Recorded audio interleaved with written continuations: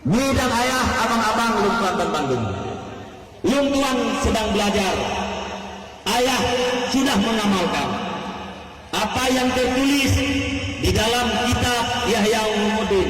Saya menerjemahkan sebahagian kitab Al-Hikam. Ayah yang menyampaikan syarahannya. Saya perhatikan, saya amati bahwa ayah sudah mengamalkan apa yang tertulis, walaupun tidak semuanya atau sebagian yang tertulis dalam kitab-kitab tasawuf. Yang paling lung rasa lelung batanya, yang paling gak lung lelung adalah tidak bermasalah di saat dicaci, tidak merasa senang di saat dipuji. Bak primang cacian ni dan ayah nyo kuat, ilung nyo katanya baru-baru lung murnau. Ya, ikut legok kelung yang lung pura-pura hana bungeh dulu.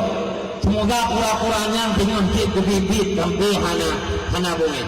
Terhadap fitnah, terhadap cacian dan apa saja yang meremehkan ayah ditanya para tim, apa saja dipisiti dan gana para simpatisan. Ni dan ayah para pemuda sekalian, lagi ayah kae nyepun ditanya para simpatisan ayah dan para tim, tapi pun caciannya, tapi pun fitnahnya dengan sekuat tenaga. Jangan membalas cacian dengan cacian, jangan membalas hinaan dengan hinaan, jangan membalas kedaliman dengan kedaliman. Kalaupun kita tidak sanggup membalas kedaliman dengan ihsan, tetapi sekurang-kurangnya ya tidak membalas dengan kedaliman itu sendiri. Karena anjuran Nabi adalah orang yang berakhlak. Orang yang berakhlak adalah orang yang berbuat baik, berbuat ihsan terhadap orang yang berbuat jahat terhadapnya. Katanya mungkin mantan awam, kapalah kebaikan terhadap orang yang berbuat jelek terhadap katanya. Mari kita belajar untuk menekan diri kita agar tidak membalas kedaliman dengan kedaliman. Ngapakat menang? Pakat, ngekaban nekutun, nekutun, nekli, bidon, haban neguci nekut. Mudoa Allah Subhanahu wa Ta'ala. Karena telah dalam ayat Allah Subhanahu wa Ta'ala, yarfa'illahu alladhina amanu minkum walladhina utul ilma darajat. Allah Subhanahu wa Ta'ala akan mengangkat derajat orang-orang yang beriman dan orang-orang yang diberikan ilmu, yaitu orang-orang alim dan para ulama.